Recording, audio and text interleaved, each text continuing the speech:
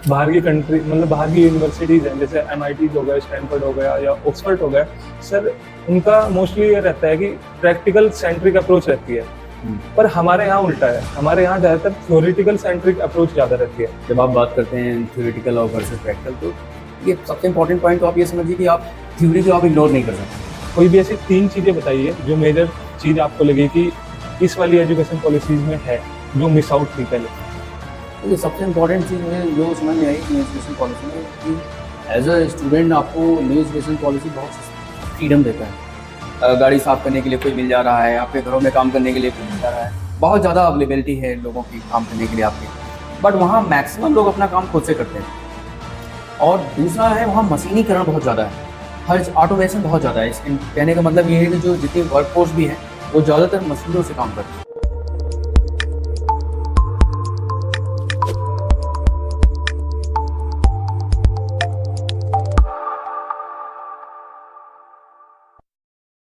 आज हम हमारे गेस्ट हैं नागेंद्र सर। आज आज का जो हमारा टॉपिक है वो इंटरनेशनल से रिलेटिव है, मतलब इंटरनेशनल जैसे अब्रॉड की एमआईटीज हो गई, स्टैनफोर्ड यूनिवर्सिटीज हो गई, तो इनमें किस तरीके का करिकुलम होता है, किस तरीके का स्ट्रक्चर होता है जो पढ़ाई होती है, या फिर फॉरेन में कैसे मतलब किस तरीके का स्ट्रक्चर से पढ़ाई की जाती है, और भी काफी सारी चीजों के बारे में आज हम इस पॉडकास्ट में बात करेंगे। तो चलिए स्टार्ट करते हैं। तो कैसे हैं सर आप? बहुत बढ़िया सर, मेरा सबसे पहला क्वेश्चन आपसे ये है कि सर आप ताइवान गए पीएचडी परस्यू करने के लिए, तो सर आप ताइवान क्यों गए? आप इंडिया से भी तो अपनी पीएचडी को परस्यू कर सकते थे। मैंने पीएचडी वहाँ से पोस्ट डॉक्टरल किया, तो ताइवान में गया था पोस्ट डॉक्टरल करने के लिए। पीएचडी मैंने इंडिया से ही करी थी। मैंने national institute of technology Bhopal से पीएचडी करी थी। उसके बाद मैं बाद में गया था पोस्ट डॉक्टरल करने के लिए।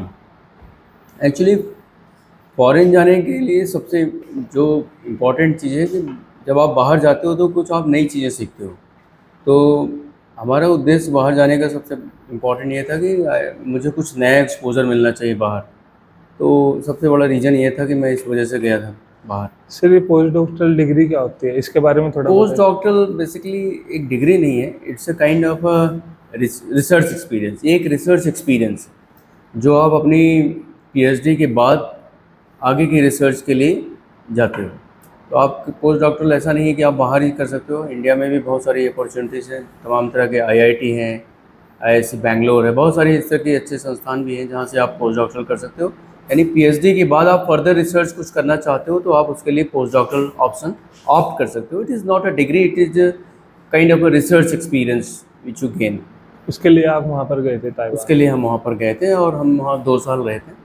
तो सर क्या मतलब कैसे गए, क्या प्रोसेस थी उसके लिए आपको जाने की? प्रोसेस मैंने वहाँ अप्लाई किया था। बहुत सारी यूनिवर्सिटीज़ में अप्लाई करते हैं हम, उसके बाद इंटरव्यूज़ होते हैं। इंटरव्यूज़ होने के बाद जहाँ फाइनल होता है फिर आप वहाँ जाते हो। सर फर्स्ट डे का एक्सपीरियंस क्या था आपका? हाँ, फर्स्ट डे का एक्सपीरियंस क्या था आपका? फर्स्ट डे का हाँ मतलब आप ताइवान में गए, आउट ऑफ द इंडिया गए हैं और पहली बार का मतलब कैसा एक्सपीरियंस था आपका वहाँ का यूनिवर्सिटी? फर्स्ट डे का एक्सपीरियंस तो सबसे इम्पोर्टेंट पॉइंट तो ये है कि जब मैं गया था तो उस समय कोविड स्टार्ट हुआ था।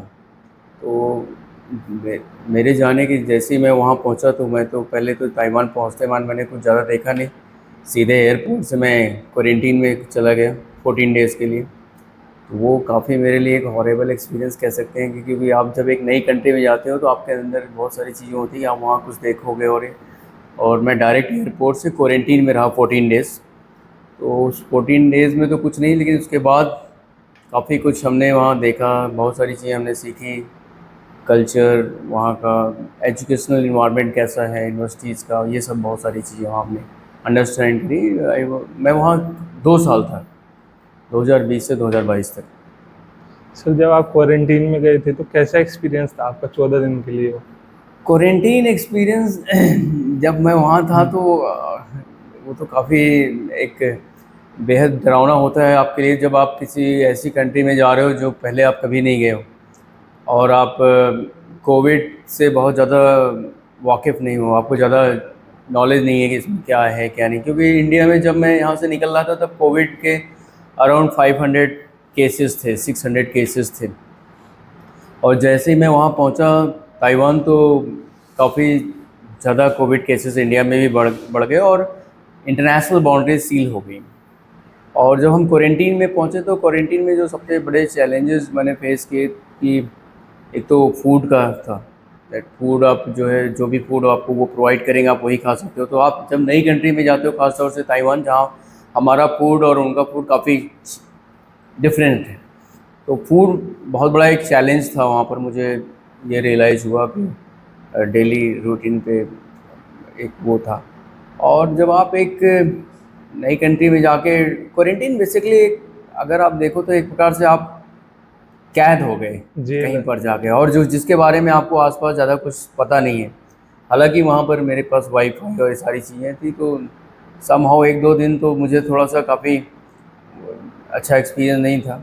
ऑब्वियसली आप जब ऐसी जगह पे जाते हो तो थोड़ा सा एंग्जाइटी लेवल और ये सारी चीज़ें बढ़ जाती है, बट धीरे धीरे मैंने दोस्तों के साथ फ़ोन पे बातचीत करके और भी घर पे बातचीत करके धीरे धीरे अपने आप को संभाला और ठीक रहा। 14 days it was a good experience.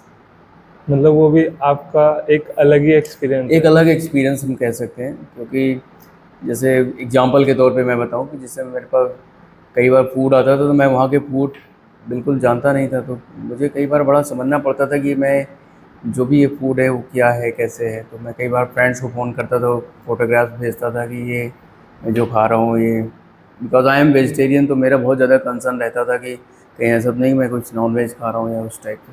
तो थोड़े बहुत ये फूड से रिलेटेड चैलेंजेस थे। और कई बार तो क्वारंटीन में आपको बताऊँ, ये मैंने घर पे भी बताया लोगों को कि कई बार मैं वॉक करने का बड़ा मेरा इंटरेस्ट होता है, तो कई बार मैं एक अपने छोटे से ही कमरे में 5 किलोमीटर वॉक कर लेता था। तो 10 बाई 10 के कमरे में अगर आप 5 किलोमीटर वॉक कर ले रहे हो तो राउंड राउंड, तो बहुत सारी चीज़, योगा किया मैंने वहाँ पर और बहुत सारी सर चीज़ें। आप सर क्वारंटीन अपने ही रूम में थे या फिर आपको एक स्पेसिफिक एक जगह पे रखा? स्पेसिफिक जगह पे रखा गया था।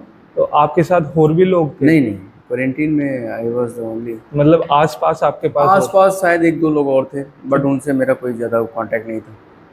मतलब उस समय आप अकेले ही थे वहाँ पे? हम्म। सर जब आप ताइवान में थे तो ताइवान का किस तरीके का देश है ताइवान, किस तरीके के लोग हैं वहाँ पर कैसा कल्चर है, वहाँ पर फूड की बात की आपने, कैसा फूड है, तो उसके बारे में बताइए।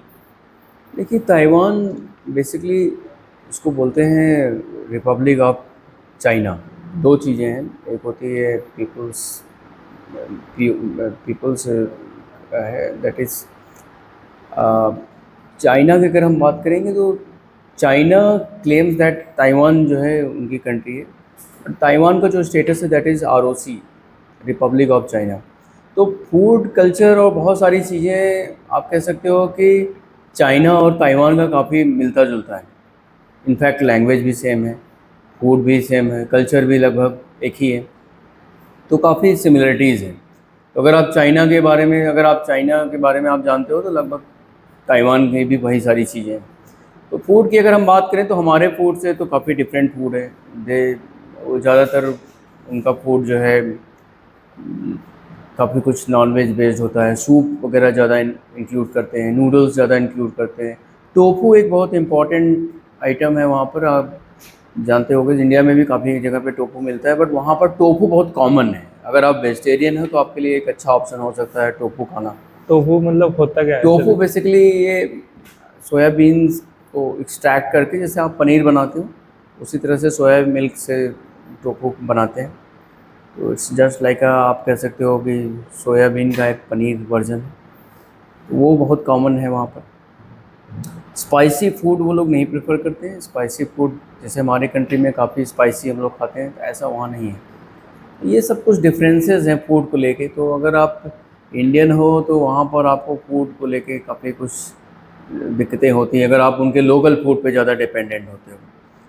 तो सर आपने किस तरीके से ओवरकम किया ये सारे चैलेंजेस को?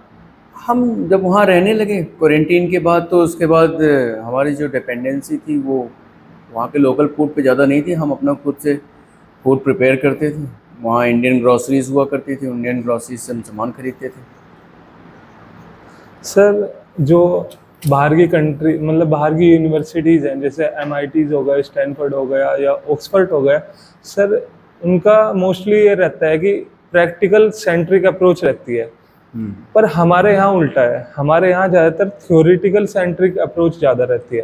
तो सर इसमें हम किस तरीके से उस चीज़ को ओवरकम या उस चीज़ को ला सकते हैं और ज़्यादा ग्रो कर सकते हैं? देखिए, सबसे इम्पोर्टेंट पॉइंट है, आपने बहुत सही एक पॉइंट उठाया, क्योंकि जब आप बात करते हैं थ्योरेटिकल और वर्सेस प्रैक्टिकल, तो देखिए सबसे इम्पोर्टेंट पॉइंट तो आप ये समझिए कि आप थ्योरी को आप इग्नोर नहीं कर सकते। पहले तो आप ये समझने की कोशिश करिए कि जब आप थ्योरी की बात करते हैं तो ऐसा नहीं कि आप थ्योरी को आप साइडलाइन करके और सीधे आप प्रैक्टिकल पे। Theory is very important, point number 1।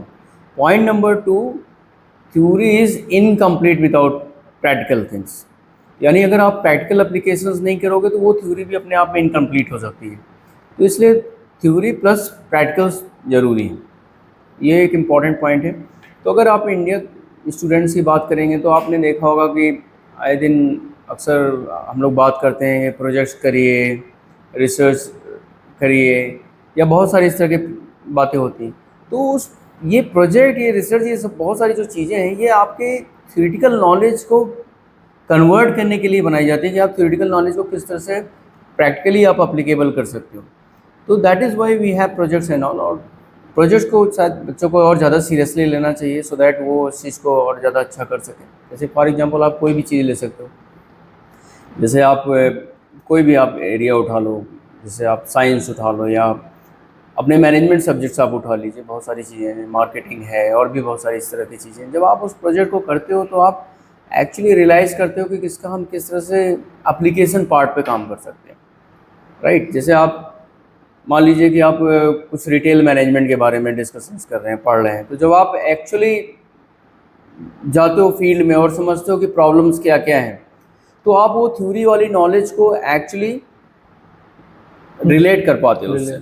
ये एक इम्पॉर्टेंट पॉइंट है। मुझे लगता है कि स्टूडेंट्स को प्रोजेक्ट्स और इन सारी चीज़ों पे ज़्यादा फोकस करना चाहिए, जो कई बार स्टूडेंट्स इग्नोर कर देते हैं। और जब आप इग्नोर करते हो तो आपका जो थ्योरी वाला पार्ट, जैसा कि मैंने आपको शुरू में बताया, वो फिर आपका इनकम्प्लीट रह जाता है। सर हमारे इंडिया में एनआईटीज़ हैं, आईआईटीज़ हैं, लेकिन हमारे इंडिया में एमआईटीज़, स्टैनफोर्ड जैसी यूनिवर्सिटीज़ नहीं है। क्यों नहीं है सर? हम भी तो बन सकते हैं। पहले तो आपको ये समझनी पड़ेगी कि एनआईटी, आईआईटी, जो भी आप यूनिवर्सिटीज़ की बात करें, ये यूनिवर्सिटीज़ बनाने का दायित्व हमारा, आपका ही है। इसको कोई बनाने से बाहर नहीं आ रहा है। आप ही स्टूडेंट्स हो जो किसी यूनिवर्सिटी को ऊपर ले जाते हो, चाहे वो आईआईटी हो या कोई भी यूनिवर्सिटीज़ हो इंडिया की। तो मुझे लगता है स्टूडेंट को खुद से ज़्यादा फोकस करना चाहिए। बाकी यूनिवर्सिटीज़ अपना प्रयास करती हैं, हर यूनिवर्सिटी चाहती है कि हमारे पास बेस्ट फैकल्टी हो, हर यूनिवर्सिटी ये चाहती है कि हमारे पास बेस्ट इंफ्रास्ट्रक्चर हो, राइट। बट स्टूडेंट्स को भी और ज़्यादा इंगेज होना चाहिए, इन्वॉल्व होना चाहिए towards the learning process, towards innovating something. जैसे फॉर एग्जांपल आप एक स्टडी कर रहे हो, किसी एजुकेशन इंस्टीट्यूट में जुड़े हो, आपको बहुत सारी नॉलेज दे दी जा रही है, बहुत सारी चीज़ें आपको खुद से इवॉल्व करनी पड़ेगी, खुद से इंगेज होना पड़ेगा। तो अगर आप वो पार्ट करते हो तो मुझे लगता है कि कोई भी यूनिवर्सिटीज़ वो बहुत अच्छा कर सकती है। इंडिया में आप देखिए बहुत सारी यूनिवर्सिटीज़ ऑलरेडी बहुत अच्छा कर रही हैं, and it is not just because of one thing, there are certain factors. It is faculty, it is infrastructure, it is students as well. आपके अंदर जितना ज़्यादा लर्निंग एटीट्यूड आएगा, आप जितना ज़्यादा इंगेज होगे, उतना ज़्यादा आप ग्रो करोगे, और यूनिवर्सिटी भी उस हिसाब से ग्रो करेगी। तो मुझे लगता है ये एक इम्पॉर्टेंट फैक्टर है जो सबको सोचना चाहिए। जब सर आप ताइवान में थे, तो सर आपने ताइवान के स्टूडेंट्स जो वहाँ पर पढ़ रहे थे, तो सर उनमें और हमारे जो इंडिया के स्टूडेंट हैं उनमें सर क्या डिफरेंस नोटिस किया? देखिए, जो बेसिक डिफरेंस है, ऑलमोस्ट जो पैटर्न ऑफ स्टडीज़ ऑलमोस्ट यही होता है। ऐसा नहीं कि आप वहाँ पर बिल्कुल बहुत सारा डिफरेंस है, बहुत ह्यूज गैप है, ऐसा नहीं बोलूँगा। बट कुछ चीज़ें हैं जो मुझे लगता है कि इंडियन स्टूडेंट्स को अडॉप्ट करना चाहिए बाहर से। जैसे फॉर एग्जांपल कि सेल्फ लर्निंग एटीट्यूड हो गया, या फिर हम बात करें कि बचपन से हम लोग सीखते आए अपना काम स्वयं करो, लेकिन कहीं ऐसा होता है कि हम बीच बीच में आके, या जब हम बड़े हो जाते हैं तो शायद ये सारी चीज़ें भूल जाते हैं, या हमें लगता है कि ये इतनी इम्पॉर्टेंट नहीं है। लेकिन मैंने ताइवान में जाके देखा कि स्टूडेंट्स जो है काफ़ी ज़्यादा इंडिपेंडेंट है, दे आर हाईली इंडिपेंडेंट। वो अपने पेरेंट्स पे भी उतना डिपेंडेंट नहीं है, वो अपना काम खुद से करते हैं। इनफैक्ट मैंने वहाँ तो ये भी देखा कि बहुत सारे स्टूडेंट जो है दिन भर स्टडीज़ करते हैं और शाम को 1-2 घंटे की जो है सर्विसेज देते हैं। कहीं किसी जगह पे जॉब कर रहे हैं, कोई 2 घंटे की जॉब कर रहे हैं, कोई 3 घंटे की जॉब कर रहे हैं। और अच्छी बात ये है कि वहाँ पर आर्ली पेमेंट है। जैसे आप एज ए स्टूडेंट आप चाहते हो कि हम अपने स्टडीज़ का खर्चा खुद से निकालें, तो ये सारी जो लर्निंग है ये आपको कहीं ना कहीं ये सिखाती है लाइफ में किस तरह से आपको इंडिपेंडेंट होना है, किस तरह से आपको अपने आप को ग्रो करना है फ्यूचर में। तो मुझे लगता है ये सारी लर्निंग एक इम्पॉर्टेंट है और जो होनी चाहिए। मतलब सर वही है, पर ये चीज़ इंडिया में अभी तक नहीं है। अगर इंडिया में आएगी तो बच्चे इंडिपेंडेंट होने की कोशिश करेंगे। कि कोई चीज़ कहीं पर आएगी, कोई ऐसा नहीं है कि ये कोई एक टेक्नोलॉजी है जिसको हमें बाहर से इंपोर्ट करना है। ये हमें अपने आप अंडरस्टैंड करना है, हमें अपने आप सोचना है इस बारे में। जैसे अब देखिए कई बार बात होती है स्वच्छ भारत मिशन, आप देखो गवर्नमेंट ऑफ इंडिया का इतना बड़ा एक प्लान है और सारी चीज़ें। तो ये सारी बातें हमें खुद से समझनी चाहिए। उसको किसी को बताने से या आपको फोर्स करने से आप स्वच्छ नहीं हो जाएंगे, ये हमें अपने आप सोचना चाहिए। तो मुझे लगता है कि आज के टाइम पे यूथ है जो है, इनको खुद से सारी चीज़ें सोचनी चाहिए कि हमें यार सही डायरेक्शन में किस तरह से चलना है। जो हमें जो अभी पार्ट जो मिसिंग लगता है कई बार, कि हम स्टूडेंट्स की अगर पॉइंट ऑफ व्यू से बात करें तो कई बार स्टूडेंट बहुत सारी लर्निंग को पीछे छोड़ते जा रहे हैं, जैसे अपने रूट्स को। या हम कई बार बहुत ज़्यादा वेस्टर्नाइज कल्चर के पीछे इतना ज़्यादा दीवाने होते जा रहे हैं कि हमें हर चीज़ बहुत अच्छी लग रही है, लेकिन जो हमारे रूट्स हैं उसको कहीं ना कहीं हम मिस करते जा रहे हैं। मुझे लगता है उन सारी चीज़ों से कनेक्ट बना के अपने आप को इंडिपेंडेंट रख के और अपनी सारी चीज़ें करते हुए, तो एक अच्छा तरीका है जिससे कि आप एक अच्छी उम्मीद कर सकते हैं फ्यूचर में अच्छी जनरेशन्स के लिए। सर वहाँ के जो स्टूडेंट हैं या वहाँ के जो लोग हैं सर, उनकी किस तरीके की मेंटेलिटी है कंपेयर देन हमारे? मतलब अगर मेंटेलिटी की बात करें या उनके वे ऑफ वर्किंग की बात करें तो, या उनकी थिंकिंग प्रोसेस की बात करें तो कैसी है उनकी? भाई मैंने आपको बताया 2-3 चीज़ें। जैसे वहाँ पर जब मैं गया था, आप क्वारंटीन का ही एग्जांपल ले लीजिए। जब मैं क्वारंटीन में था तो जैसे इंडिया का एग्जांपल लेते हैं, आप किसी होटल में रुकते हो या आप किसी हॉस्टल में रुकते हो, कहीं भी रुकते हो, आप स्टे करते हो, आप मान लीजिए कि आप 1-2 दिन रुकते हो जो भी है तो जनरली जब आप चेकआउट करते हो तो आप क्या करते हो, मैं बता रहा हूँ, आप सिंपल से सामान पैक करते हो। हाँ, राइट। yes. और ज़रूर आप नोटिस करते हो कि यार कहीं ऐसी तो नहीं कोई चीज़ कोई मिस हो गई हो, रह गई और हो। चार्जर फ़ोन ये वाले, और अपना बैग पैक करते हो, सामान उठाते हो और वहाँ से नीचे चले जाते हो नीचे जाके। और बाहर चले जाते हो। ताइवान में जनरली ऐसा नहीं है, ख़ास तौर से काफ़ी जगहों पे, स्पेशली अगर हम बात करें कि हॉस्टल्स में बात करें, एकेडमिक इन्वायरमेंट जहाँ पर ज़्यादा है, नॉट होटल्स स्पेशली। तो वहाँ पर क्या होता है कि जब आप बाहर निकलते हो तो आपको सबसे इम्पॉर्टेंट चीज़ मैंने जो क्वारंटीन में नोटिस करी कि आपको पूरा रूम खुद से साफ़ करना पड़ता है पहले। तो मैं जब क्वारंटीन में था तो पहले मैंने अपने, जब मैं तो पहले ही इंडियन एटीट्यूड के साथ मैं बाहर निकला कि चलो हो गया मेरा क्वारंटीन कराया, गुड, अच्छा है। तो जब मैं वापस आया तो मुझे बताया गया कि आपको अपना पहले पूरा रूम साफ़ करना पड़ेगा, उसको अरेंज करना पड़ेगा, जिस ऑर्डर में था वो उस ऑर्डर में करना पड़ेगा। इनफैक्ट आपको अपने टॉयलेट साफ़ करने पड़ेंगे, और ये सारी चीज़ें करने के बाद आपको क्लियरेंस मिलेगा and then you can go outside. तो मैंने ये सारी चीज़ें करी उस वक्त, तो मुझे अच्छा लगा, मुझे लगा कि यार ये सारी चीज़ें अच्छी हैं। अब आपको अपना काम खुद से करना चाहिए। ये सारी इसके अलावा एक और ऐड करना चाह रहा हूँ कि ताइवान में ऐसा नहीं कि आपको हर चीज़ के लिए कोई वर्किंग हैंड मिलेंगे। जैसे आप इंडिया में देखिए कि गाड़ी साफ़ करने के लिए कोई मिल जा रहा है, आपके घरों में काम करने के लिए कोई मिल जा रहा है, बहुत ज़्यादा अवेलेबिलिटी है लोगों की काम करने के लिए आपके।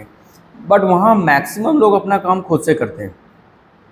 और दूसरा है वहाँ मशीनीकरण बहुत ज़्यादा है, हर ऑटोमेशन बहुत ज़्यादा है। कहने का मतलब ये है कि जो जितनी वर्कफोर्स भी है वो ज़्यादातर मशीनों से काम करती है। अगर एक 10 किलो का लोड भी लेके जाना है किसी को तो वो मशीन से लेके जाता है, यानी उनके पास कार्ट्स होते हैं, उस कार्ट को लिफ्ट में ले जाएंगे। कोई वहाँ ऐसा नहीं कि वो कोई लेबर जो है उसको ढो रहा है इस तरह से। लेबर तो बहुत सारी चीज़ों में मैंने देखा ऑर्गेनाइज्ड काफ़ी चीज़ें हैं। या एग्रीकल्चर की बात कर लेते हैं, एग्रीकल्चर में भी मैंने देखा कि जैसे यहाँ पर मैंने देखा लेबर्स, एग्रीकल्चर, ये सब बहुत ज़्यादा चीज़ों पे फोकस नहीं करते। जैसे मैंने वहाँ सारे फार्मर्स को देखा कि उनके पास प्रॉपर हैट होगी, प्रॉपर ग्लव्स होंगे फील्ड में काम करने के लिए, फार्मिंग में काम करने के लिए, और बहुत सारी चीज़ें बड़ी ऑर्गेनाइज्ड वे में मिलेंगी। और काफ़ी मतलब मुझे लगता है कि काफ़ी ज़्यादा टेक्नोलॉजी इंटेंसिव है वो लोग, मतलब टेक्नोलॉजी पे बहुत ज़्यादा। टेक्नोलॉजी पे बहुत ज़्यादा फोकस है, और ताइवान काफ़ी टेक्नोलॉजी के लिए जाना भी जाता है अराउंड द वर्ल्ड। सर आपने बताया था कि जिस तरीके से में काम करते हैं, जिस तरीके का वहाँ का कल्चर है, सर इससे ये समझ में आता है कि डिसिप्लिन उनका बहुत अच्छा बिल्ड हो जाता है बहुत इनिशियल एज में, Yes. जो कि हमारे यहाँ मिस आउट है। हाँ, मुझे लगता है कि इस डिसिप्लिन के लिए थोड़ा बहुत पेरेंट्स भी बहुत जिम्मेदार हैं, क्योंकि पेरेंट्स क्या करते हैं आजकल, बच्चों को शुरू से इतना ज़्यादा पैम्पर कर देते हैं कि वो चीज़ें मिसिंग हो जाती हैं। तो मुझे लगता है कि ये सबको सोचना चाहिए, पेरेंट्स को भी सोचना ही चाहिए किस तरह से अपने बच्चों को अपना काम करना सिखाएं, सो दैट वो सोसाइटी में एक अच्छा एग्जाम्पल बन सकें। क्योंकि एजुकेशन का रोल सिर्फ इतना नहीं होता है कि आप एक अच्छी जॉब ले पाओ, एजुकेशन का बड़ा होलिस्टिक अप्रोच है। आप हर पार्ट पे अपने आप को वो रिफ्लेक्शन होना चाहिए कि आप एजुकेटेड हो। एजुकेशन का मतलब ये नहीं होता कि आप एजुकेटेड हो और आप बाहर जाके 50 लाख का पैकेज पा रहे हो और वो एजुकेशन कंप्लीट हो गई। It's not like that. आप एक कितने अच्छे ह्यूमन बीइंग हो सोसाइटी के लिए, वो एग्जांपल आपके अंदर दिखना चाहिए। अगर वो एग्जांपल दिख रहा है तो मैं समझता हूँ कि एजुकेशन कंप्लीट है आपकी। That is very important. तो मुझे लगता है ये बहुत सारी ऐसी चीज़ें हैं, नॉट ओनली ताइवान बट बहुत सारी ऐसी कंट्रीज़ हैं जहाँ से हमें कुछ चीज़ें सीखनी चाहिए। बहुत सारी ऐसी चीज़ें जो अच्छी नहीं हैं उनको नहीं सीखना चाहिए, और कुछ चीज़ें जो अच्छी हैं उसे ज़रूर सीखना चाहिए। तो हमारे कंट्री में थोड़ा सा ऐसा ही होता है कि वेस्टर्न कंट्रीज़ से हम बहुत सारी ऐसी चीज़ें सीख रहे हैं कि क्लबिंग करना, लेट नाइट पार्टीज़ करना, या बहुत ऐसी चीज़ें हैं वो हम सीख रहे हैं। लेकिन जो अच्छी चीज़ें हैं शायद हम उसको सीख नहीं पाते हैं, उसको सीखना चाहिए। सर जो वेस्टर्न कंट्रीज हैं सर, वो क्या हमारी चीज़ें भी अडोप्ट करती हैं? बिल्कुल अडॉप्ट कर रही हैं। आप देखिए आपने बहुत ऑब्जर्व सारी, किया वहाँ पर? बिल्कुल आप जाइए, आप थोड़ी अच्छी बात है कि आप यहाँ देहरादून में हैं और आसपास आप कभी जाइए, ऋषिकेश जाइए, आप हरिद्वार जाइए, आप वहाँ देखिए कि किस तरह से उस साइड आते हैं। वेस्ट के लोग आ रहे हैं और हमारी चीज़ें सीखना चाहते हैं, हमसे कनेक्ट होना चाहते हैं, चाहे वो रिलीजन हो, चाहे वो बहुत सारी इस तरह की चीज़ें आप देखिए वहाँ पर। तो आपको खुद रियलाइज़ होगा कि वो इस चीज़ को अडॉप्ट कर रहे हैं और हम इन सारी चीज़ों से दूर जा रहे हैं। तो मुझे लगता है कि ये एक अच्छा संकेत नहीं है भविष्य के लिए। हाँ, ये स्पेशली मतलब अगर हम अपनी यूथ सोसाइटी के लिए अच्छी चीज़ अपनी नहीं है। सोसाइटी के लिए अच्छी चीज़ नहीं होगी। हमें अपने रूट से कनेक्टेड रहना चाहिए और उसको आपको प्राउडली बोलना चाहिए। ऐसा नहीं है कि आप उसको आप अलग ढंग से ले रहे हो। We should proud on all such things. हाँ सर, इसी में सर ये आता है कि हमारे यहाँ पर हजारों साल पहले गुरुकुल होया करते थे। मतलब जो हमारे पढ़ाने का तरीका था वो गुरुकुल से आता था। हमारी जो रूट्स हैं वो गुरुकुल हैं। और सर बाहर से भी लोग आते थे, बाहर से भी स्टूडेंट आते थे हमारे गुरुकुल्स में पढ़ने के लिए। लेकिन सर अगर आज हम देखें तो ऐसा बहुत रेयर ही है, बहुत रेयर ही पाए जाते हैं गुरुकुल। देखिए बहुत सारी चीज़ें बहुत चेंज हो गई। ऑब्वियसली गुरुकुल एक बहुत अच्छा सिस्टम था, मैं ये कहूँगा। बहुत सारी चीज़ें सीखने को मिलती थी, है ना। तो जिसे कहा जाता है काक चेष्टा वको ध्यानम, है ना, सौन निद्रा तथैव च। तो इस तरह की बहुत सारी चीज़ें पढ़ाई जाती थी।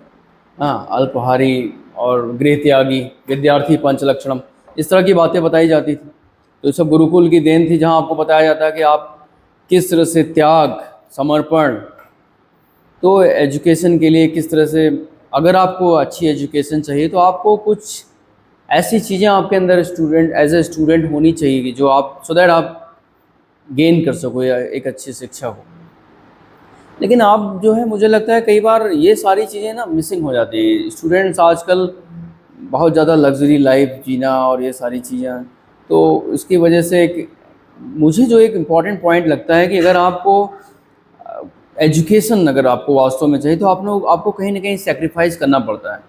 चाहे वो अपनी नीड से आप सेक्रीफाइस करेंगे, अपनी लग्जरी लाइफ से आपको कई बार सेक्रीफाइस करना पड़ सकता है ना। तो बहुत सारी इस तरह की चीज़ें हैं जो हमें जीवन में सिखाती हैं किस तरह से आप एक अच्छा एजुकेशन ले सकते हो। तो मुझे लगता है वो सिस्टम काफ़ी अच्छा था और उस सिस्टम को अब ठीक है, मैं मान सकता हूँ कि आज के टाइम पे ये पॉसिबल नहीं है कि आप किसी पहाड़ी पे जाके पढ़ाई करोगे या आप किसी गुरुकुल में पढ़ाई करोगे, आप 4 बजे उठोगे। मान लेते हैं कि बहुत सारी चीज़ें चेंज हो गई हैं और आप शायद वो नहीं कर सकते हो, लेकिन फिर भी बहुत सारी ऐसी चीज़ें हैं जो स्टूडेंट्स कर सकता है।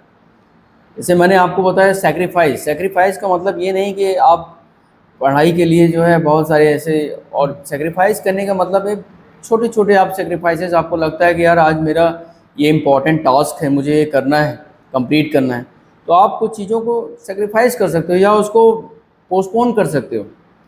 तो ये सारी चीज़ें इंपॉर्टेंट है, उसको समझने की ज़रूरत है। तो यही सारी चीज़ें हैं। स्टूडेंट क्या है, बड़ी लग्जरी लाइफ आजकल जीना चाहता है। आजकल स्टूडेंट लाइफ में आपको स्पोर्ट्स बाइक चाहिए, हाँ सर। आपको आईफोन चाहिए, आपको वो सब कुछ चाहिए जो शायद एक अच्छे जो बिजनेसमैन है या अच्छे जो किसी सर्विस में है वो सब यूज़ कर रहे हैं। तो आपको ये सब चीज़ें अभी से ही, अगर सब कुछ ये सारी चीज़ें चाहिए तो आप फिर आगे क्या करोगे? स्पोर्ट्स बाइक, कारों का शौक़ और इस तरह से। तो अगर आप बहुत ज़्यादा इसी सारी चीज़ों में इंगेज हो गए तो शायद आप एजुकेशन से दूर हो जाओगे। मुझे लगता है कि एजुकेशन पाने के लिए आपको वो सैक्रिफाइसेस करने चाहिए। हाँ सर, यहाँ पर हमारे पॉडकास्ट में एक गेस्ट आए थे, विवेक सर। तो वहाँ पर मैंने बात की थी लाइबिलिटीज़ की, कि जो स्टूडेंट होते हैं उन्हें लाइबिलिटीज़ ज़्यादा नहीं क्रिएट करनी चाहिए अपने इनिशियल एज में। उन्हें असेट्स पे ज़्यादा ध्यान देना चाहिए। बिल्कुल तो सही सर कहा। आपका इस पे क्या ओपिनियन है? बिल्कुल सही कहा। आपको लाइबिलिटीज़ बनाने की आवश्यकता नहीं होनी चाहिए। लाइबिलिटीज़ बनाना कोई अच्छी बात नहीं है, स्पेशली जब आप पढ़ाई कर रहे हैं। तो अगर आप पढ़ाई इतने कर रहे ही हैं। बोझिल रहेंगे लाइबिलिटीज़ से तो आप पढ़ाई नहीं कर सकते। तो वो तो सही बात है। सर, जो गुरुकुल हैं, जैसे हमने बात की गुरुकुल की, तो सर क्या आपको लगता है कि इंडियन एजुकेशन सिस्टम में भी सर गुरुकुल का जो पैटर्न था वो आना चाहिए दोबारा से? देखिए, गुरुकुल का पैटर्न आना चाहिए। या सर सिस्टम, जो गुरुकुल का सिस्टम था, तो सर कुछ चीज़ें आनी चाहिए हमारे मतलब देखिए, एजुकेशन गुरुकुल सिस्टम में? के सिस्टम बहुत सारी चीज़ें ऐसी हैं कि जो आप उसको, अगर आप ये कहो कि हम उसे रिक्रिएट करना चाहते हैं तो मुझे लगता है ये काफ़ी मुश्किल काम है। और ऐसा नहीं है, बहुत सारी ऐसे हैं जो गुरुकुल के रूप में चल भी रहे हैं, बहुत सारे एजुकेशन इस तरह की बॉडीज़ हैं।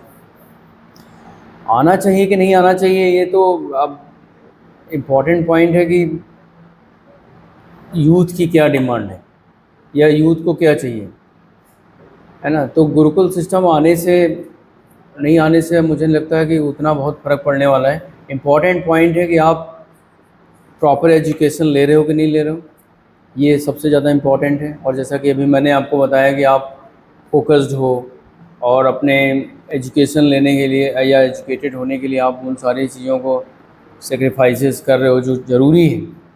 जैसे फॉर एग्जांपल मैंने लग्जरी वगैरह के बारे में बात करी, ये सारी चीज़ें। तो अगर आप इन सारी चीज़ों से दूर हो तो वो एक गुरुकुल सिस्टम ही है। गुरुकुल में आप क्या सीखते हो? गुरुकुल में आप त्याग भावना सीखते हो, ब्रह्मचर्य सीखते हो, Yes, sir. है ना। तो ऐसा नहीं कि आप ये सारी चीज़ें आप इस सिस्टम में नहीं कर पा रहे हो या आपको, ऐसा नहीं है, बिल्कुल आप कर सकते हो सारी चीज़ें। जैसे गुरुकुल में बहुत सारी चीज़ें हैं। अगर आप गुरुकुल की ही बात करें, गुरुकुल सुबह उठने की बात है, जैसे कहते हैं कि ब्रह्म मुहूर्त में ब्रह्म मुहूर्त उठना। में उठने के तो बाद ब्रह्म मुहूर्त में उठने के लिए आपको अभी किसी ने मना नहीं किया है। और बिल्कुल आप जब तक आप स्टूडेंट हो स्पेशली, तब तक आपको उठना चाहिए। ब्रह्म मुहूर्त में उठिए, प्राणायाम करिए, योगा करिए, अपना जो भी आपका अध्ययन से संबंधित कार्य है उसको करिए। ये तो अच्छी बात है। तो गुरुकुल कोई ऐसा नहीं है, गुरुकुल में कुछ आप नया कुछ रिक्रिएट, वो सारी चीज़ों को आप इम्प्लीमेंट कर सकते हो इनफैक्ट, राइट। पर सर वो होता है ना, जब सर हम इस किसी भी चीज़ को अकेले में ट्राई करते हैं तो सर वो लंबे समय तक काम नहीं कर पाते। पर सर जब हम एक इन्वायरमेंट में रह के उस चीज़ को ट्राई करते हैं तो सर हम उसे लंबे समय तक का कंटिन्यू कर देते हैं। क्योंकि जैसे मैं एक समय तक का मैं कंटिन्यू कर रहा हूँ और उसके बाद मैंने गिव अप कर दिया, तो मैंने गिव अप कर दिया। पर मेरे पास एक इन्वायरमेंट है, बहुत अच्छा खासा इन्वायरमेंट है, काफ़ी सारे लोग हैं। तो अगर मैंने गिव अप भी कर दिया तो उन्हें देख के मैं दोबारा से उस पे काम करना स्टार्ट कर दूंगा। तो सर कहीं ना कहीं वो चीज़ मिस आउट हो जाती है। हाँ, ये आप कह सकते हो। उसके लिए आप ज़रूर कुछ इस तरह के अपने अच्छे ग्रुप बना सकते हो। स्टूडेंट आजकल आजकल देखिए आपके पास बड़ी अच्छी चीज़ है टेक्नोलॉजी, टेक्नोलॉजी के माध्यम से आप बहुत सारी चीज़ें कर सकते हैं। Yes sir. अच्छे लोगों का समूह बनाइए, है ना? आजकल आप तमाम तरह के आप बड़े वाहियात व्हाट्सएप ग्रुप लोग बना के काम करते हैं, तो Yes, उससे sir. अच्छा आप कुछ अच्छी चीज़ें करिए, इन टेक्नोलॉजी का Yes. सदुपयोग करिए। आप कुछ 2-4 अच्छे बच्चों का आप ग्रुप बनाइए, ग्रुप पे आप चीज़ें करिए, उन्हीं बच्चों से आप मिलिए, उन्हीं बच्चों से आपस में कोऑर्डिनेट करिए। एक अच्छा समूह बना के आप अच्छा कार्य कर सकते हैं। अगर आपको ऐसा लगता है कि आप अपने आप में या आप अकेले इन सारी चीज़ों को बहुत दिनों तक कंटिन्यू नहीं कर सकते, बट फिर भी मुझे लगता है कि आप क्यों कंटिन्यू नहीं कर सकते अकेले, ये भी एक इम्पॉर्टेंट विषय है जानने के लिए। उसके लिए आपको ये समझना पड़ेगा कि जैसे मेरा कई बार फार्मूला है, मैं कई बार लोगों से बोलता हूँ कि आप अगर किसी चीज़ को 21 दिन तक लगातार करते हो, यस सर। तो वो ज़रूर आपके पैटर्न में शामिल हो वो जाता है, हैबिट बन जाती है हैबिट बन जाती है हमारी। है ना? ये चीज़ तो एटॉमिक आप हैबिट में भी कही गई है। बिल्कुल, आप कभी भी नोटिस करिएगा। देखिए जब आप जैसे जैसे फॉर एग्जांपल आप जितने बजे भी उठते होंगे, यस सर। मान लीजिए कि आप 6 बजे उठते हैं, मान लीजिए आप 4 बजे नहीं उठते हैं, 6 बजे उठते हैं, लेकिन अगर आप 6 बजे उठते हैं और तब भी आपको लगता है शायद आप लेट उठ रहे हैं, लेकिन 6 बजे उठ जाते हैं, तो आप हमेशा ये अपने आप को पाएंगे कि यार आप 6 बजे उठते ही हैं नॉर्मली, अनलेस की कोई ऐसी बात हो जाए कि आप रात में बहुत जगे हैं तो अलग Yes, बात sir. है। तो हमारा कहने का मतलब अगर आप प्रैक्टिस करेंगे किसी चीज़ को एक लॉन्गर ड्यूरेशन तक, तो वो आपके हैबिट में अपने आप आ जाता है। आप देखिए अपने पेरेंट्स से देखिए, या आपके घर में आपके दादा दादी होंगे, आप कभी देखिए कि वो अपने आप 4 बजे कैसे उठ जाते हैं। उनके पास कोई अलार्म सिस्टम नहीं होता है, कोई उन्हें उठाता नहीं है, लेकिन वो 4-5 बजे उठ के अपने आप अपना काम शुरू कर देते हैं। और कई बार हम तब उठते हैं जब हमें पता चलता है कि शायद हमारे पेरेंट्स उठ चुके हैं यस सर। और हमें डांट पड़ने वाली है, तो शायद हम उस वजह से उठ जाते हैं। हाँ तो आप सर। ये देखिए, वो अगर कर सकते हैं तो हम भी कर सकते हैं।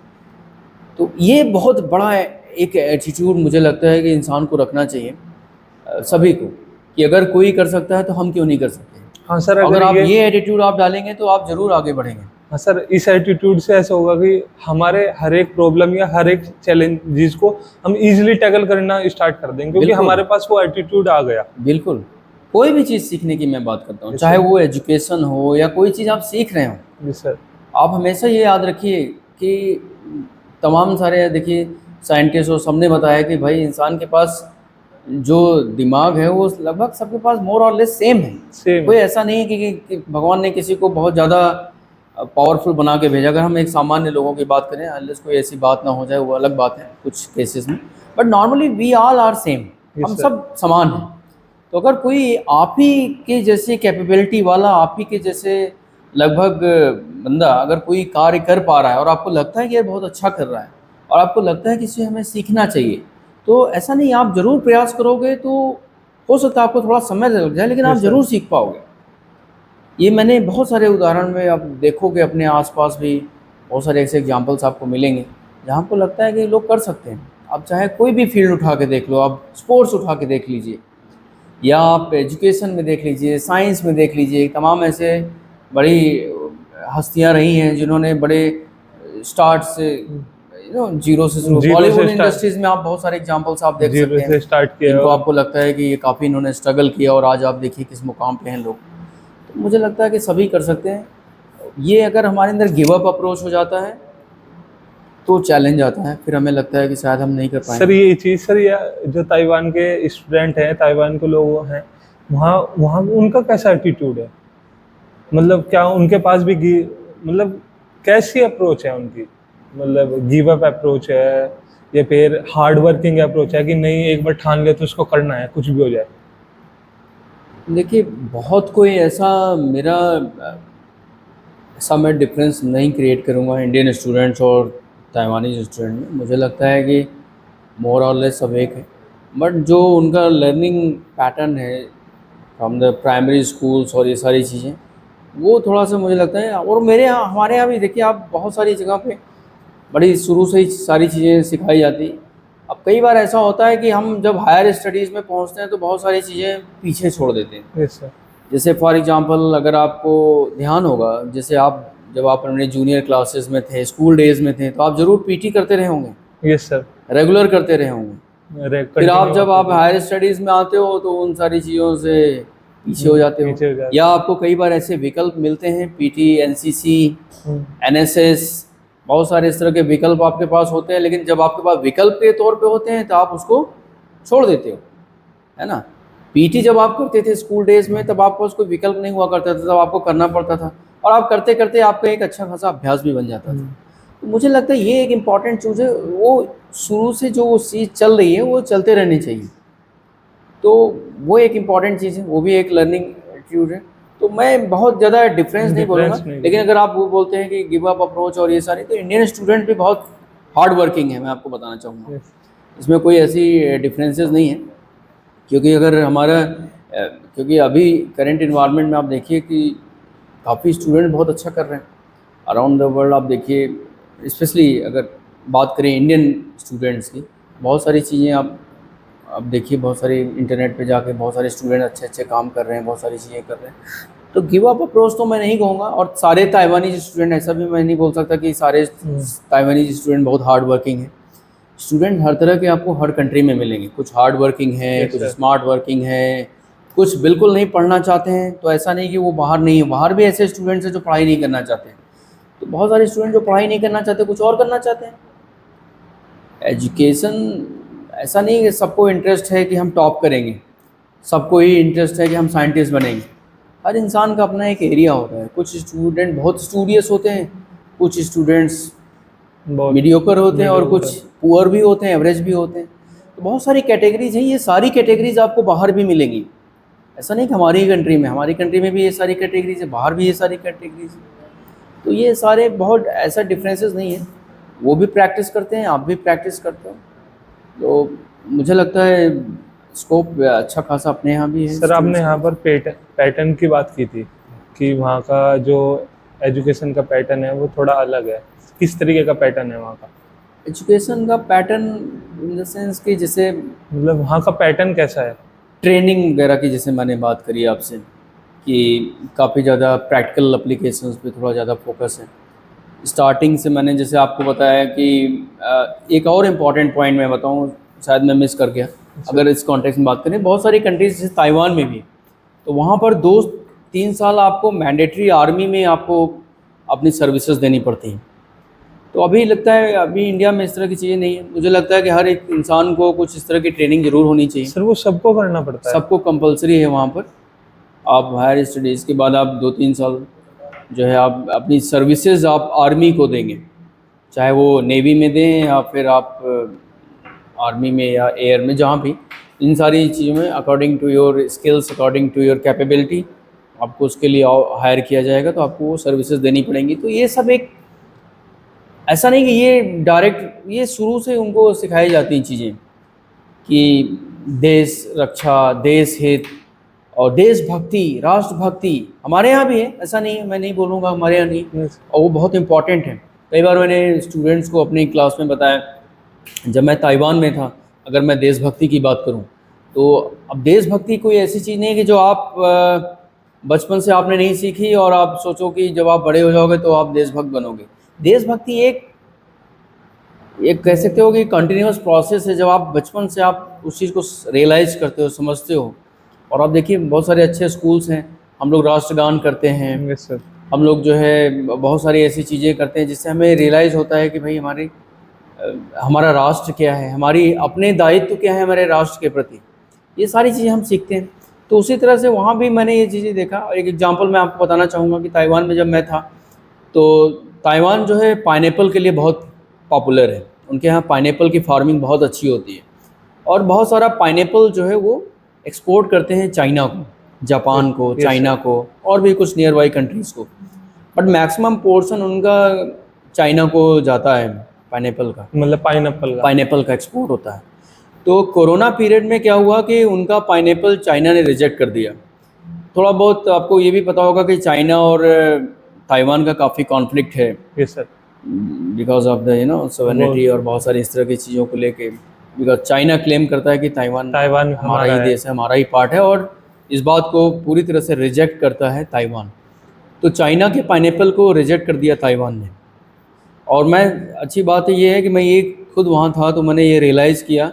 फिर एक आध हफ्ते में फिर न्यूज़ में आई। पहले तो ये न्यूज़ में आया कि चाइना ने एक लॉट, काफ़ी बड़ा लॉट पाइनएप्पल का ताइवान रिजेक्ट कर दिया। ताइवान का। उसके बाद कुछ दिन में न्यूज़ आई कि ताइवान के पाइनएप्पल को ताइवानीज़ ने मिलके मेरे ख्याल से 4-5 दिनों के अंदर सारा अपना ही प्रोडक्ट खरीद लिया।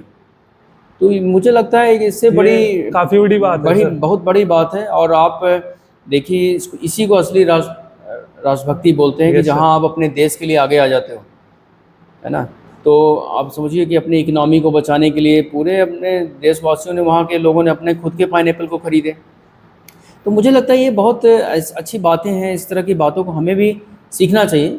हमें भी इस तरह के मौके तलाशने चाहिए कि हमें जहाँ पर कोई राष्ट्रभक्ति करने का मौका मिलता है, चाहे आप अपनी सेवा दें सोसाइटी को या और भी इस तरह के कोई कार्य हैं, हर इंसान अलग अलग तरीके से हेल्प कर सकता है। Yes, कोई आपके पास कोई अच्छे पैसे हैं तो आप अपने पैसों से हेल्प कर सकते हो सोसाइटी की, देश की। और जब हम सोसाइटी की बात करें तो बहुत सारी ऐसी प्रॉब्लम्स हैं जिसको आप सॉल्व कर सकते हो।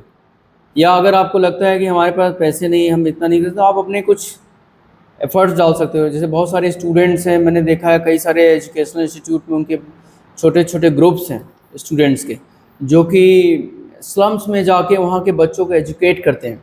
Yes, sir. 8-10 बच्चों को लेते हैं, उनको एजुकेट करते हैं। तो इस तरह के इनिशिएटिव्स बच्चे करते हैं एजुकेशनल इंस्टीट्यूट में। ये अच्छी पहल है।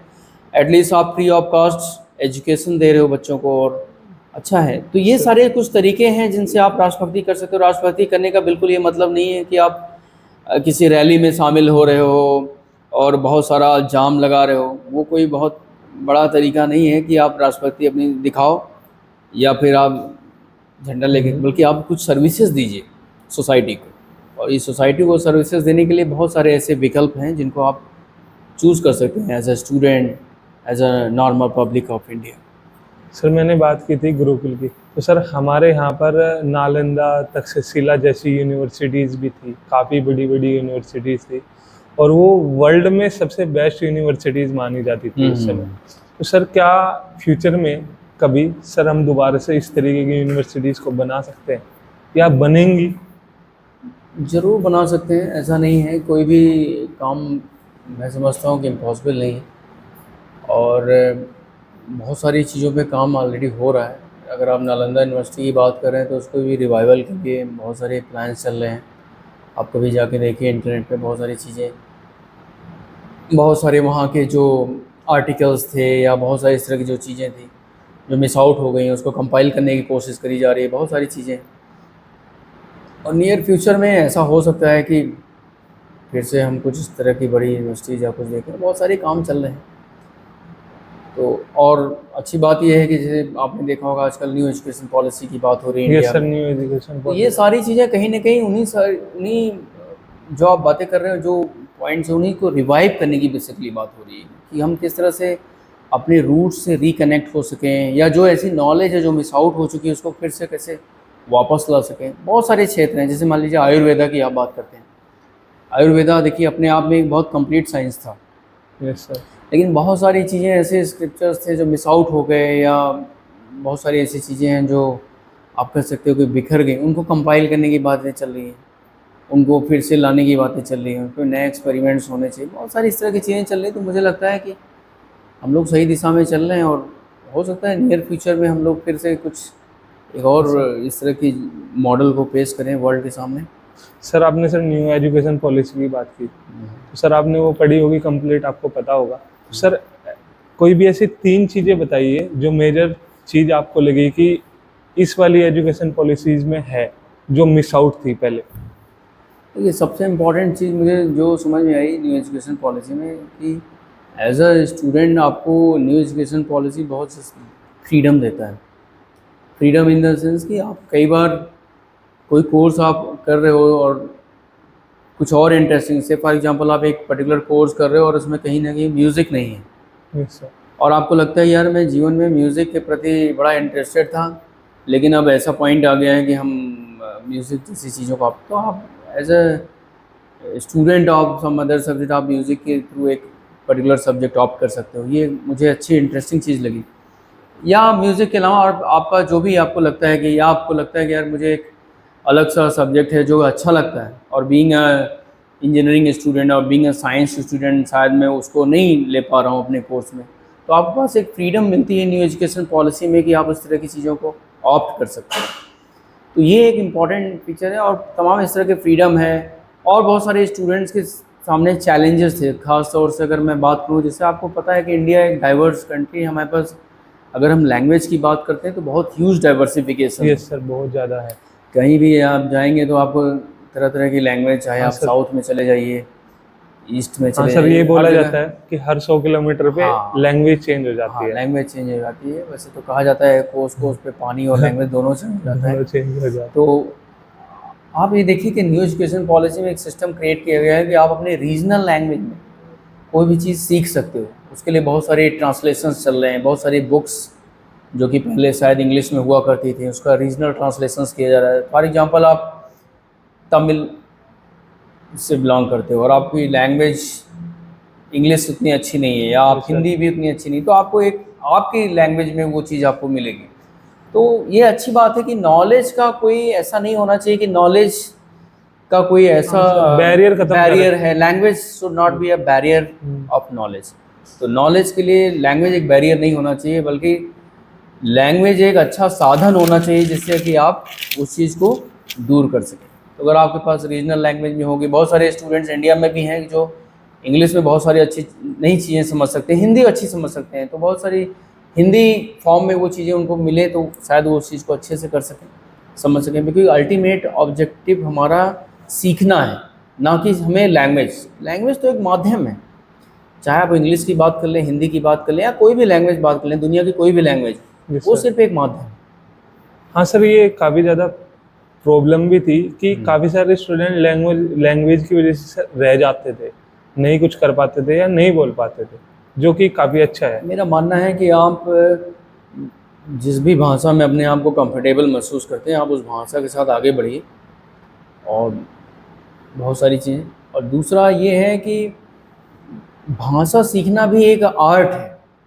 इनफैक्ट अगर आपको इंग्लिश और हिंदी आती है तो भी मैं बोलूँगा कि आप और कुछ भाषाएं सीखिए। और ये एक इंटरेस्टिंग प्रोसेस है। अगर आप किसी इस तरह की भाषा से सीखते हैं जो एक नई भाषा है, Yes. तो मुझे लगता है कि एक अच्छी चीज़ है। तो भाषा सीखना भी चाहिए। और दूसरा ये है कि अब आपके पास इतने ज़्यादा रिसोर्सेज हैं कि मुझे नहीं लगता कि भाषा की वजह से आपको कोई चीज़ सीखने में दिक्कत आएगी। अगर आपको लगता है कि आप हिंदी ही समझ सकते हैं तो हिंदी में ही बहुत सारे कंटेंट अवेलेबल हैं। और जैसे मैंने आपको बताया कि न्यू एजुकेशन पॉलिसी में भी बहुत सारी चीज़ें इस तरह की काम किए जा रहे हैं कि Yes, sir. जिसमें चेंजेस होंगे तो वो डेफिनेटली स्टूडेंट्स के लिए बेनिफिशियल है। सर आपने सर NITs में भी पढ़ाया है, हाँ, तो सर वहाँ का कैसा एक्सपीरियंस था और क्या क्या लगा आपको, मतलब वहाँ पर मेजर? NIT स्टूडेंट्स तो एक प्रॉपर कंपटीशन फॉलो कर, कंपटीशन क्रैक करके आते हैं। किस तरीके का इन्वायरमेंट होता है वहाँ पर? देखिए, इन्वायरमेंट तो मैं बोलूँगा कि काफ़ी ज़्यादा उसको कह सकते हैं कि जैसे अभी मैंने इनिशियली बताया था कि इंडिपेंडेंस वाली भावना ज़्यादा होती है। तो हालांकि वो चीज़ अब मुझे काफ़ी हर जगह मिलती है। NITs सिर्फ NIT की बात नहीं करेंगे, बाकी यूनिवर्सिटीज़ में भी वो चीज़ें हैं जहाँ पर स्टूडेंट्स खुद ही सारी चीज़ें ऑर्गेनाइज कर रहे हैं। क्योंकि आपको ये यूनिवर्सिटी जो सिस्टम होता है ना, यूनिवर्सिटी कई बार क्या है, स्टूडेंट ये रहते हैं गलतफहमी में कि हमने एडमिशन ले लिया यूनिवर्सिटीज़ में और यूनिवर्सिटी की ही सारी रिस्पॉन्सिबिलिटी है आपको आगे ले जाने की। Yes, ऐसा sir. नहीं है। यूनिवर्सिटी एक, आप कह सकते हैं, इट्स अ प्लेटफॉर्म। ये एक प्लेटफॉर्म है जहाँ पर आपको इंफ्रास्ट्रक्चर दिया जा रहा है, अच्छी फैकल्टीज़ दी जा रही हैं, Yes. अच्छी लाइब्रेरीज़ दी जा रही हैं, आपको एक इकोसिस्टम दिया जा रहा है। उस इकोसिस्टम का फ़ायदा उठाने का काम आपका है। एज ए स्टूडेंट आपको ये देखना है कि हमें कौन सी एक्टिविटीज़ करनी है अपने कैंपस में, कौन से इनोवेशंस करने हैं अपने लैब में जाके, राइट, या कौन सी ऐसी चीज़ें करनी हैं हमें अपनी कैंपस के लिए, सोसाइटी के लिए। तो मुझे लगता है इससे बेस्ट इकोसिस्टम आपको कहीं नहीं मिलेगा। तो ये जो यूनिवर्सिटी, कॉलेज, कैंपस, ये सब है, ये आपको एक इकोसिस्टम प्रोवाइड करते हैं। तो वही इकोसिस्टम, चाहे आप NIT की बात कर लो, चाहे IIT की बात कर लो, या किसी भी देश के बड़े संस्थान की बात कर लो, तो सारे संस्थान आपको इकोसिस्टम ही देते हैं। Yes, sir. उस इकोसिस्टम में आप जाके किस तरह से परफॉर्म करते हो, ये सब कुछ आप पे निर्भर करता है। तो IIT में भी जो बच्चे आ रहे हैं तो ऐसा नहीं, वो भी क्रैक करके आ रहे हैं। बहुत सारे आईआईटी में भी स्टूडेंट्स आते हैं, बहुत ज़्यादा जो है मेरिटोरियस होते हैं, बहुत अच्छे स्टूडेंट्स होते हैं, लेकिन आईआईटी में जाके वो पढ़ाई बंद कर देते हैं। एक लेवल ऐसा भी आता है कि एक आईआईटी, आप सोचो आईआईटी जेई वगैरह, आईआईटी क्रैक करना is a difficult task. Yes sir. लेकिन आईआईटी क्रैक करने के बाद भी बहुत सारे स्टूडेंट वहाँ पहुँच के अपनी पढ़ाई बंद कर देते हैं, या वो कुछ और चीज़ों में इन्वॉल्व हो जाते हैं, तो वो भी बाहर हो जाते हैं। ऐसा नहीं कि तो ये अपने आप को आपको संभालना है, चाहे आप जहाँ भी रहें। तो ये एक इम्पॉर्टेंट पॉइंट है। तो वो आप जिस भी इन्वायरमेंट में हैं, आप उसको अच्छा कर सकते हैं। सर हर एक इंसान के लाइफ में 3 फेजेस होते हैं। पहला कि उसके 12th तक का जो भी उसने सीखा, पहला वो फेज होता है। दूसरा उसका हायर एजुकेशन का होता है, जो वो कॉलेज में रह के सीखता है। और तीसरा उसका कॉलेज के बाद जो जॉब का रहता है। तो सर आपके भी 3 फेज हो गए। तो सर अपने तीनों फेज के सर एक एक एक्सपीरियंस बताइए, या एक एक ऐसी चीज़ बताइए जो आपने सीखी है। हर एक फेज में आपने क्या सीखा है? तो एजुकेशन की अगर आप बात करें, तो एजुकेशन में जो मैंने सीखा है, मुझे लगता है कि अपने आप को कैसे प्रेजेंट करें, राइट। तो अगर जैसे मैंने बहुत सारी, अगर 12th तक की बात करें, तो किस तरह से लर्निंग एटीट्यूड आपके अंदर किस तरह से आना चाहिए, राइट। और लर्निंग एटीट्यूड के अलावा आप किस तरह से अपने आप को, जैसे बहुत सारे एजुकेशन मैंने आपको बताया कि आजकल थोड़ी सी मिसिंग है। तो हमारे टाइम पे जब मैं एजुकेशन में था, तो बहुत सारी काफ़ी अच्छी बातें भी हम लोग को स्कूल में बताई जाती थी। मॉरल साइंस हो गया, तो स्कूलिंग की अगर मैं स्पेशली बात Yes, करूँ, sir. तो बहुत सारी ऐसी ऑब्वियस सी बातें हैं जो आजकल हम सब जानते हैं। जैसे मैं आपसे बात करूँ कि यार हमें we should obey our elders, ये बड़ी सिंपल सी बात है, लेकिन कई बार क्या होता है, इन सारी चीज़ों को हम मिस आउट कर देते हैं आगे आके। या हम बोलें honesty is the best policy. Yes sir. तो कई बार आप इनसे, तो मुझे लगता है ये सारी लर्निंग हमने बहुत अच्छी तरह से सीखी, और पूरी मैं कोशिश करता हूँ कि ये सारी चीज़ों को आगे भी हम लेके चलते हैं। तो स्कूलिंग से मेरी इस तरह की लर्निंग रही, टीचर्स की कैसे रिस्पेक्ट करें, क्योंकि कई बार मुझे ऐसा लगता है कि एक लेवल के बाद लोग टीचर्स को पीछे कर देते हैं। और मैं हमेशा अपने लेक्चर्स में भी बोलता हूँ, पूरे कहीं भी जहाँ भी मैं आपको पढ़ाता हूँ, कि 3 ही ऐसे लोग हैं जो आपको लाइफ में आपके बारे में वास्तव में सोचते हैं और वास्तव में चाहते हैं कि आप आगे बढ़ो। पहली आपकी माता होती है, दूसरे आपके पिता होते हैं, तीसरा आपका गुरु होता है। Yes sir. ये 3 लोग ऐसे हैं जो आपके बारे में वास्तव में सोचते हैं कि आप आगे बढ़ो, आप कुछ अच्छा करो, और तीनों लोग ही खुश होते हैं। Yes sir. एक गुरु ही ऐसा है कि जो आप सोचते हो कि आप, गुरु हमेशा खुश होता है जब उसको ये पता चलता है कि मेरा स्टूडेंट आज यहाँ है या आज इस मुकाम पे पहुँच गया है। तो गुरु को बहुत खुशी होती है। ऑब्वियसली माता पिता को जरूर खुशी होती है, लेकिन उसके बाद जो सबसे बड़ी खुशी होती है वो गुरु की ही होती है। Yes sir. इसके बाद सारे लोगों का नंबर। तो मुझे लगता है इन 3 चीज़ों पे पूरे लाइफ में आपको फोकस करना चाहिए। लर्निंग मेरी स्कूल से रही है, तो हमेशा से मैं अपने माता पिता और गुरु को ज़रूर रिस्पेक्ट देता हूँ जहाँ भी रहते हैं।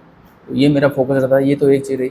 हायर एजुकेशन में Yes, मुझे sir, ये चीज़ college. समझ में आई कि जो भी लर्निंग हमारी स्कूल से रही है, यस सर। उसको हमको किस तरह से अपने को, उस लर्निंग को, स्कूल की लर्निंग को हमें प्रिजर्व करके रखना अपने पास। Yes sir. क्योंकि हायर स्टडीज़ में जब आते हो तो आपने ज़रूर एक्सपीरियंस किया हो, मेरा भी अपना एक्सपीरियंस है। कई बार हमें बहुत सारी ऐसी चीज़ें होती हैं जिसकी वजह से हम भटक जाते हैं, यस सर। क्योंकि बहुत सारा हमें नया एक्सपोजर मिलता है, हमें एक पावर मिलती है इंडिपेंडेंस की। क्योंकि जब तक आप स्कूलिंग में होते हो तब तक आपको कोई रोकने वाला होता है, आपके पेरेंट्स होते हैं। Yes sir. लेकिन जब आप कॉलेज टाइम पे आते हो तो आप बहुत फ्री महसूस करते हो। उस समय अपने आप को संभालना एक बहुत डिफ़िकल्ट टास्क होता है। और अगर आप उस समय अपने आप को ये समझ पाओ, और ये समझने के लिए वही लर्निंग जो आपने स्कूलिंग में करी हुई है, जो आपको सिखाता है कि मॉरल क्या है, और सदाचार की जो बातें हैं, या पेरेंट्स वाली जो मैंने पॉइंट्स बताया, ओबीडिएंट होना, या अपने आप को डिसिप्लिन में रखना, अनुशासन, यही सारी चीज़ें अगर आप कैरी करके आप जाते हो हायर स्टडीज़ में, तो वो आपको ऐसी जो चीज़ें होती हैं जिनसे आप शायद अपने मार्ग से भटक सकते हो, वो चीज़ें आपको कंट्रोल करने में हेल्प करती हैं। और मुझे भी हेल्प मिली है। तो मुझे ये सारी चीज़ें सीखने को मिली। हायर स्टडीज़ में जब मैं आया तो मुझे बहुत सारी चीज़ें समझ में आई कि how to present yourself. क्योंकि एक लेवल ऐसा भी होता है जब आप स्कूलिंग से आते हो तो कई बार आप बड़ा कुछ बच्चे ऐसे होते हैं जो बहुत शाई नेचर के होते हैं। तो मैं उस टाइप का था बच्चा। सही। तो मुझे पब्लिक स्पीकिंग और इस तरह की चीज़ों में काफ़ी दिक्कतें आती थी। तो जब मैं हायर स्टडीज़ में आया, जब मैंने ग्रेजुएशन में आया तो मुझे बहुत सारे ऐसे मौके मिलते थे जहाँ मुझे कुछ चीज़ें प्रेजेंट करनी होती थी। शुरू में काफ़ी दिक्कतों का सामना करना पड़ा, लेकिन धीरे धीरे मेरी प्रेजेंटेशन स्किल्स सुधरी। तो मुझे लगता है प्रेजेंटेशन स्किल्स को सुधारने की ज़रूरत है यूथ को, जिनकी अच्छी नहीं है स्पेशली। वो आपको एक अच्छा पॉइंट देता है, जैसे मैं आपके सामने अभी आपसे बात कर पा रहा हूँ, तो ये कहीं ना कहीं प्रेजेंटेशन स्किल्स का ही है। और बीइंग अ टीचर आपका प्रेजेंटेशन स्किल्स बहुत मैटर करता है। तो वो हायर स्टडीज़ में कुछ इस तरह की चीज़ें मैंने सीखी और ये सारी चीज़ें रही। एक्सपीरियंसेस, जब आप जॉब में जाते हैं तो आपको अलग तरह के एक्सपीरियंसेस आते हैं। बहुत सारी चीज़ें जो आप हायर स्टडीज़ में आप रहते हो तो बहुत सारी चीज़ें आपकी, या आप स्कूल में होते हो, एजुकेशन में होते हो, तो बहुत सारी चीज़ें आपकी माफ़ कर दी जाती हैं। जब आप प्रोफेशनल लाइफ में आते हो तो आपके अंदर और एक्सपर्टीज़ की एक्सपेक्टेशन होती है, जो भी हर चीज़ डिलीवर कर रहे हो, जिस भी आप टास्क में हो। तो वो एक्सपर्टीज़ तभी आएगी जब आपने उसको बार बार कंटिन्यूसली प्रैक्टिस करोगे।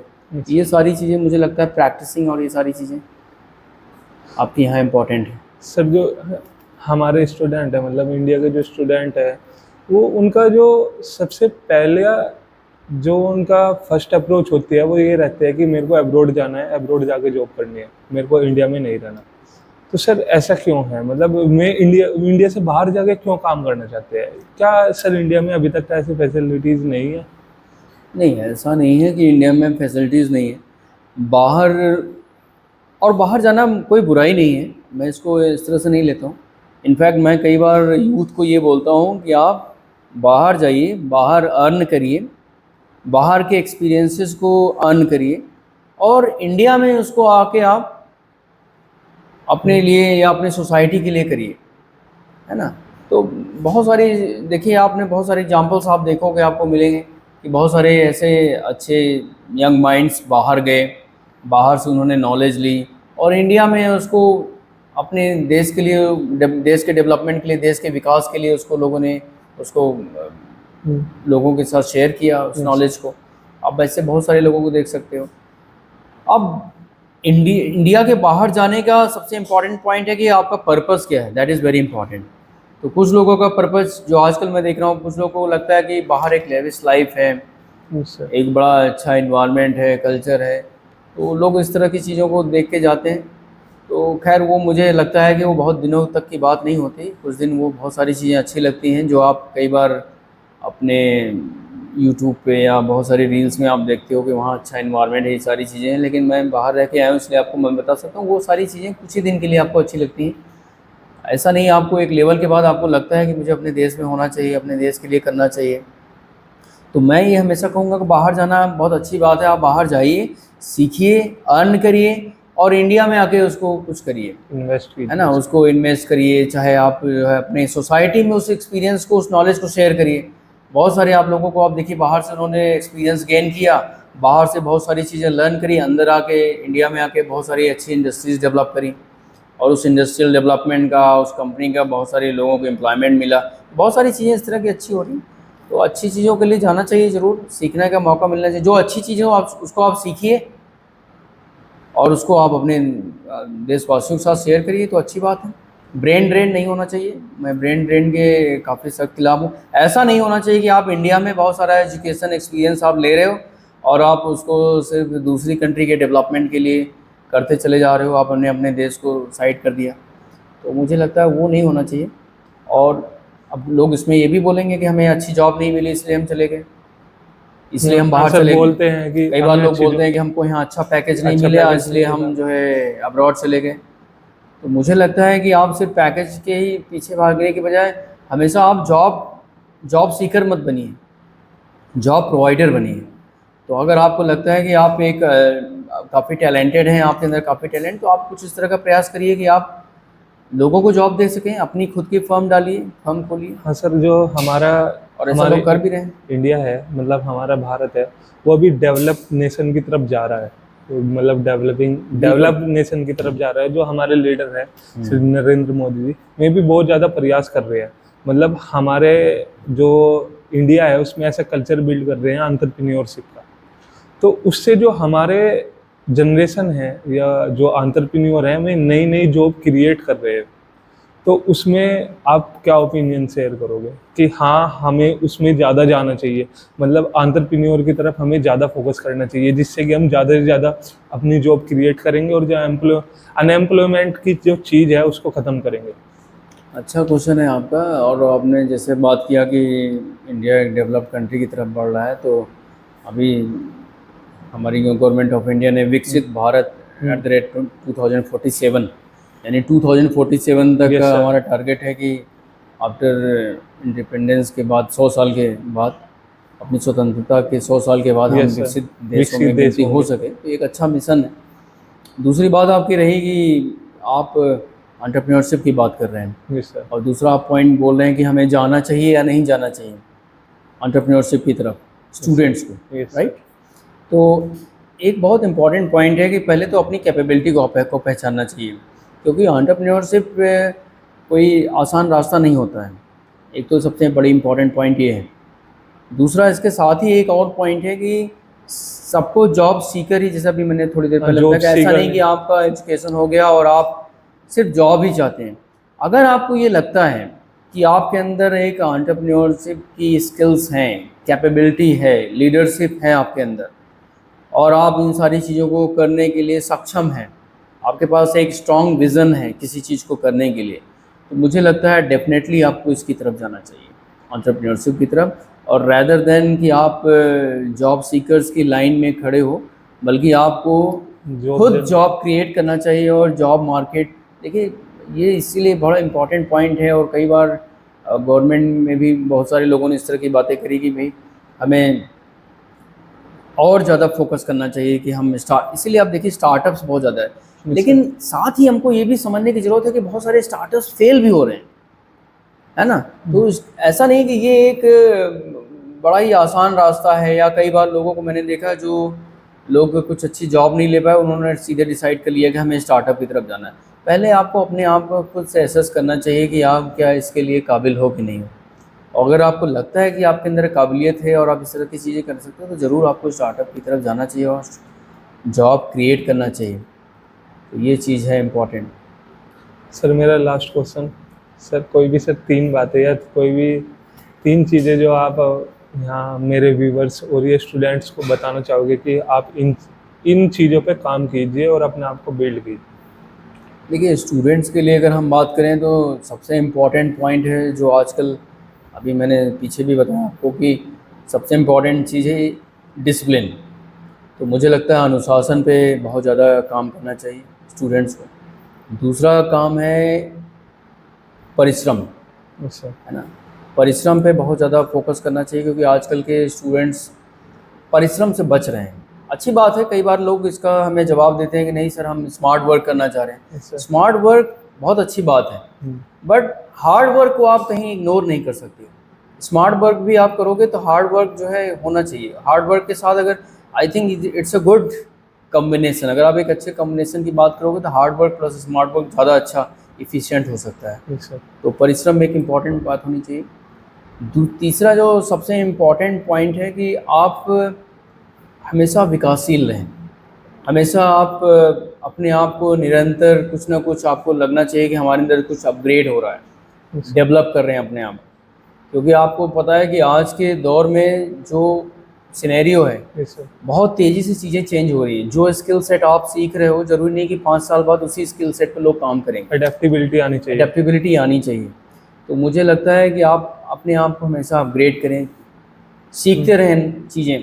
कंटिन्यू। एक नई चीज़ आप सीखें, अगर आपको लगता है कि वो चीज़ काफ़ी अब अपडेट होने वाली है, तो उसके उसी के टाइम पे, और कई बार इसको टाइमली करना ज़रूरी होता है। Yes sir. जैसे अगर आप किसी चीज़ को देर में सीख रहे हैं तो भी एक चैलेंज है, क्योंकि तब तक तो बहुत देर हो चुकी है। देर हो चुकी। कोशिश ये करिए कि ये कुछ ना कुछ सीखते सीखते रहिए। ये बहुत Continue। इंपॉर्टेंट है, और ये लाइफ टाइम के लिए है। ऐसा नहीं कि आप इसको जॉब के लिए कर रहे हैं, या ऐसा नहीं कि आप किसी चीज़ को पाने के लिए कोई चीज़ सीख रहे हैं। सीखना मुझे लगता है कि बहुत अच्छी चीज़ है, इसको लाइफ टाइम रखना चाहिए, और आप सीखते रहेंगे तो आप हमेशा जवान रहेंगे।